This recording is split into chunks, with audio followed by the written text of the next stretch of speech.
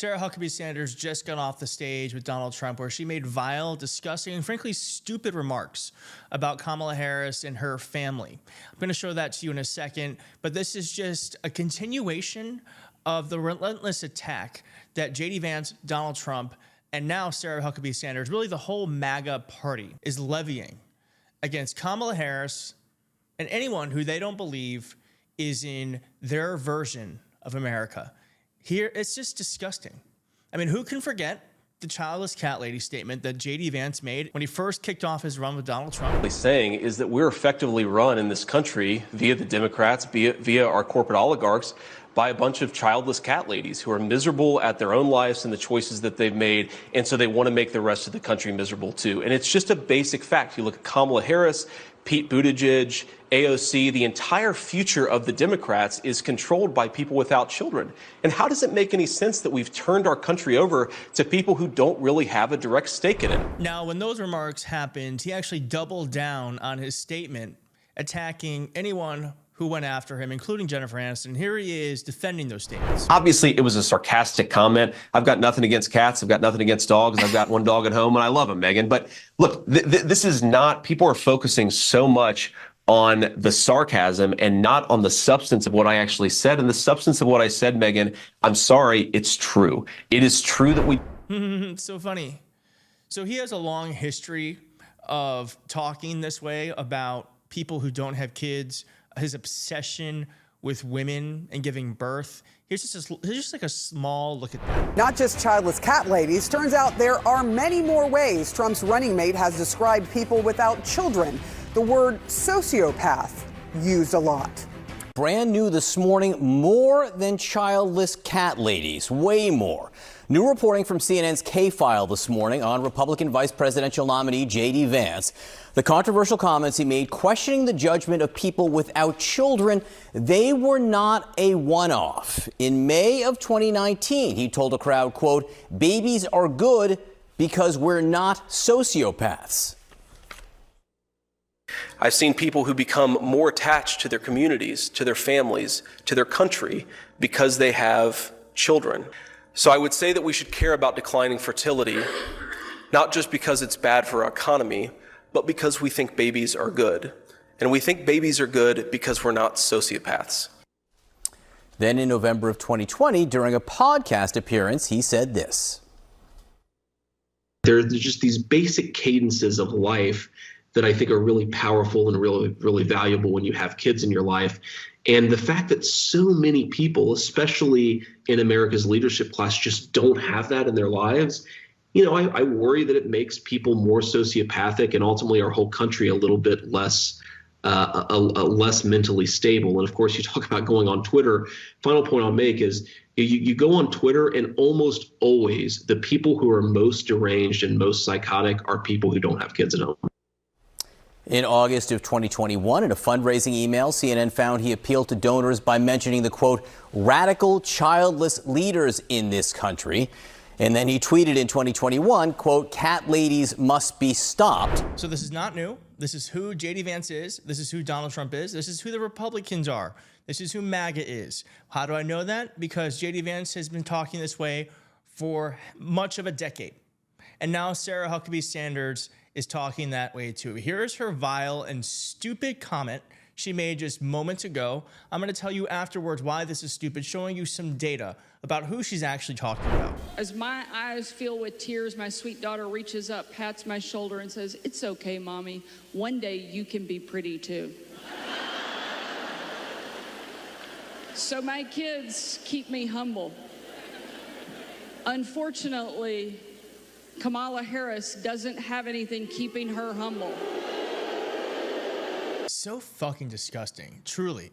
Can you not just attack her on her policies? Which, by the way, her policies, I'm going to show you in just a moment, are policies that will actually help families, unlike yours, unlike Arkansas, who is doing terribly for families. This wasn't even going to be in the video, but let's just go through Arkansas. Crime and corrections. In other words, the crime rate in Arkansas is the 49th worst in the country. Last I checked, there's 50 states, Sarah Huckabee Sanders, 40th. The economy is 40th in the country. Education, 38th in the country.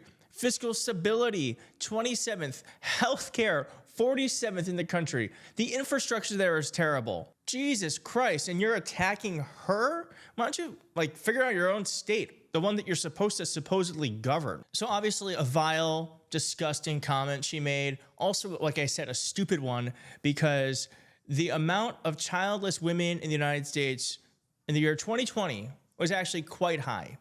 If you think about it, anyone below 30, generally speaking, does not have kids. More than half of 25 to 29-year-old women do not have kids. And then when you get to the older ages, 40% of 30 to 40-year-olds do not have kids. 21% of 35 to 39-year-olds, 40 to 40-year-olds, 16.5% do not have children.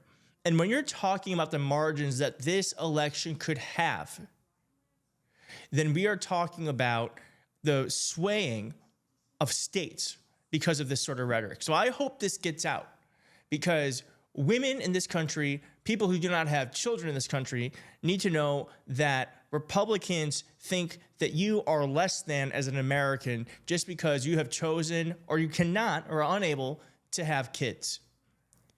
And kids are not just something you can just have.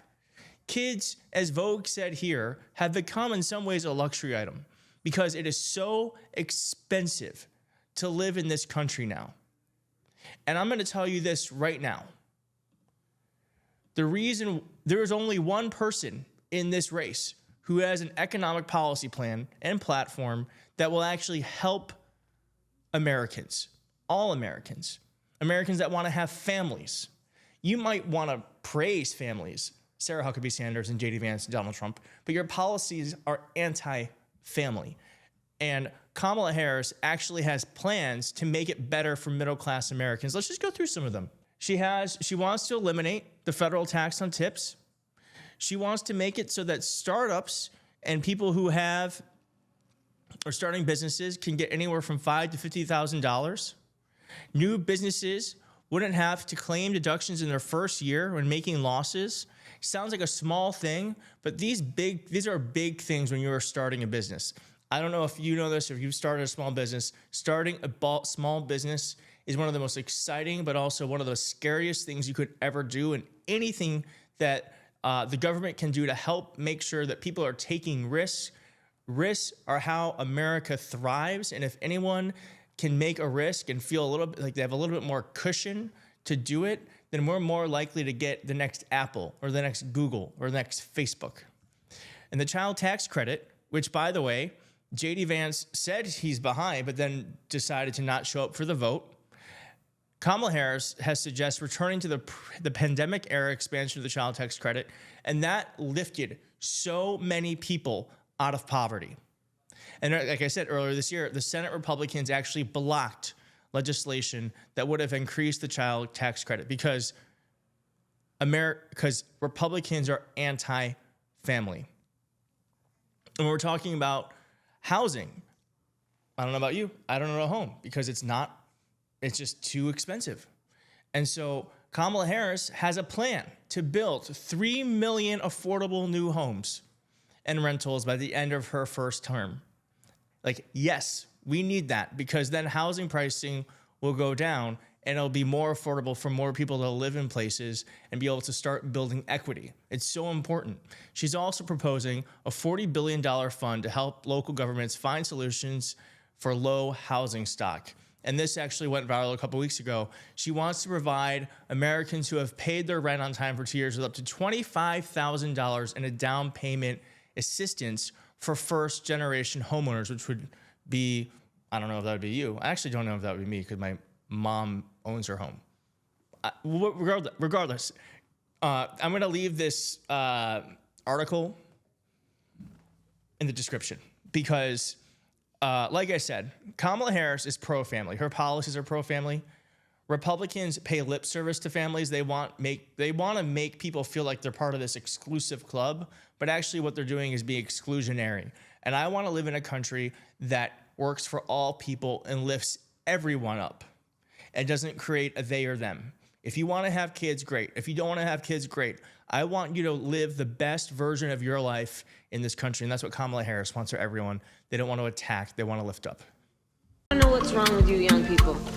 You think you just fell out of a coconut tree?